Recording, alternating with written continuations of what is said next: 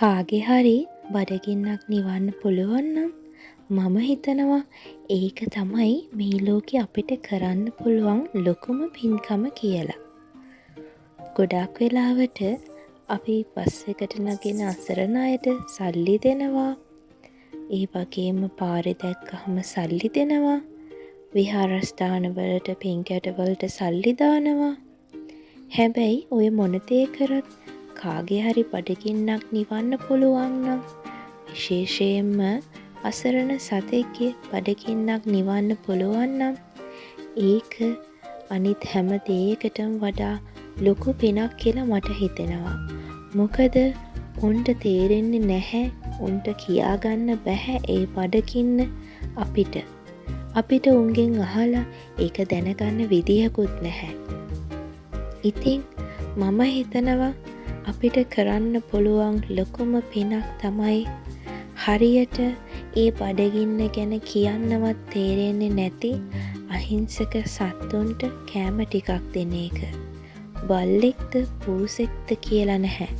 කුරුල්ලෙක්, ලේම් පැටියෙක්, ඕනම කෙනෙක්ට, මාළුවෙක්ට හරි කන්න ටිකක් දෙන්න පුළුවන් නම් ඒක මිල කරන්න බැරි පිනක්. ඉතින් හරිම පුංචි ගානකින් අපි හදන්නෙත් ඒ වගේ ලොකු පිනක් කරගන්න. මම පුංචි ගානක් කියලා ඔයාලට කියන්නේ ගොඩක් අය මේ වගේ දේවල් කරන්න දෙපාරක් හිතන නිසා.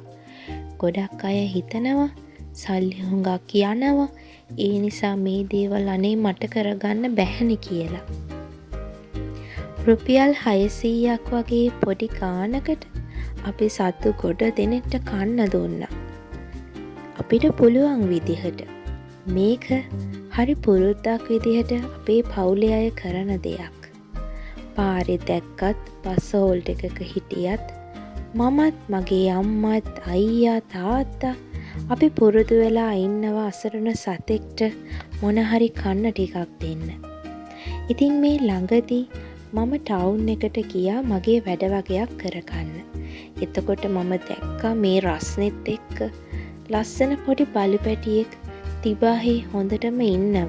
මම මුලින්ම කරේ ඌට වතුර බොන්න කප් එකක් හොයන එක.